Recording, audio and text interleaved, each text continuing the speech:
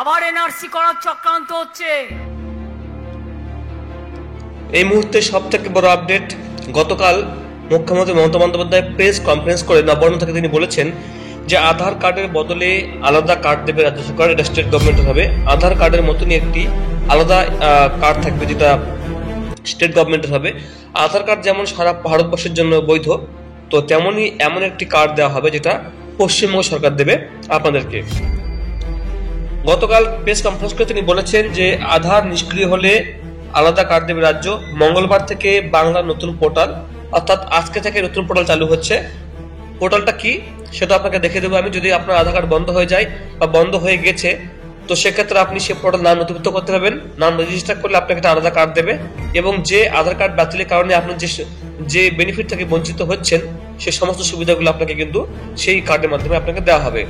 মনে রাখবেন যে প্রত্যেককে কিন্তু কেন্দ্র সরকার চিঠি দিয়ে বলে দিচ্ছে যে আপনার আধার কার্ড বন্ধ হয়ে যাচ্ছে, ডিঅ্যাক্টিভ করে দেওয়া হচ্ছে, বা যাদের বন্ধ করে দেওয়া চিঠি দেওয়া হয়নি তার আগে কিন্তু আধার কার্ড বন্ধ করে দেওয়া হচ্ছে। চিঠি কাউকে দেওয়া হচ্ছে আগে, পরে বন্ধ করা হচ্ছে, কাউকে আগে বন্ধ করে দেওয়া হচ্ছে।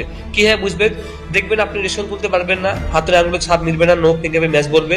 তারপরে আপনার ব্যাংকের টাকা তোলা আঙুলের ছাপ দিয়ে, বিভিন্ন ব্যাংকের ডিবিটি পরিষেবা, তাছাড়াও আপনার সিম তোলা থেকে শুরু করে সমস্ত পরিষেবা কিন্তু আপনার আধার কার্ডে বন্ধ হয়ে যাবে। তখন আপনি বুঝবেন যে আপনার আধার কার্ডটা বন্ধ হয়ে গেছে।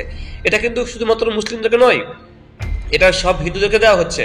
ঠিক আছে, এবার দেখুন বলছে আধার সমস্যার সমাধান 24 ঘন্টার মধ্যে বলে সোমবার জানিয়ে দিয়েছেন শুভেন্দু অধিকারী। তিনি সব সমস্যা মেটাবেন বলে জানান শান্তনু ঠাকুর। তারপরে মমতার ঘোষণা রাজ্য আলাদা কার্ড দেবে।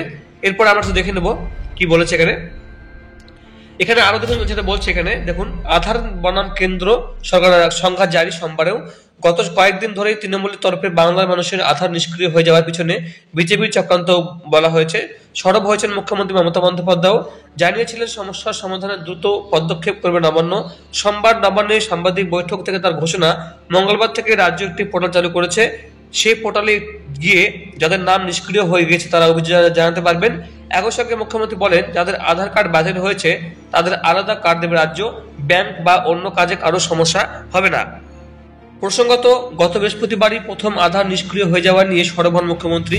রাজ্যের বিভিন্ন জেলা থেকে আধার কার্ড নিষ্ক্রিয় মানে ডিঅ্যাক্টিভ হওয়ার অভিযোগ মেলার পরে রবিবার শিউলি জনসভায় উপস্থিত সচিব বিপি গোপালিকাকে এ সংক্রান্ত বিষয়ে সাধারণ মানুষের অভিযোগ জানানোর মঞ্চ হিসেবে একটি পোর্টাল তৈরির নির্দেশ দেন তিনি। সেই পোর্টালই মঙ্গলবার থেকে কার্যকর হয়ে বলে জানান তিনি। আধার সমস্যা নিয়ে প্রথম থেকে অসুস্থ ছিল বিজেপি। সোমবার সকালে দিল্লিতে এই নিয়ে বৈঠক করেন কেন্দ্রীয় স্বরাষ্ট্রমন্ত্রী অমিত শাহ। সেখানে ছিলেন কেন্দ্রীয় তথ্য প্রযুক্তি মন্ত্রী অশ্বিনী বৈষ্ণব এবং বাংলা তথা কেন্দ্রীয় মন্ত্রী শান্তনু ছাড়াও ছিলেন রাজ্যের বিজেপি সুমন্ত মজুমদার। সেই বৈঠকের পরে সাংবাদিক বৈঠক করে শান্তনু সমস্যার জন্য ক্ষমা চেয়ে নেন।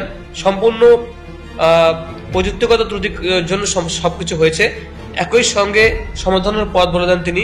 মমতা বলেন বিজেপির পরিকল্পনা করেই আধার নিষ্ক্রিয় করেছে, গরিব মতুয়াদের ক্ষেত্রে বেশি হয়েছে। আসলে সংশোধিত নাগরিকত্ব আইন কার্যকরের লক্ষ্যে সব করা হচ্ছে, কিন্তু রাজ্যে কোনোভাবে তা হতে আমরা দেব না।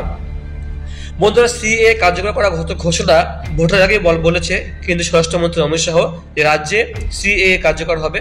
বন্ধুরা, দেখার পালা, যখনই এটা চালু হয়ে যাবে ওয়েবসাইটটি আপনাকে আমি জানিয়ে দেবো কিভাবে আপনারা আবেদন করবেন।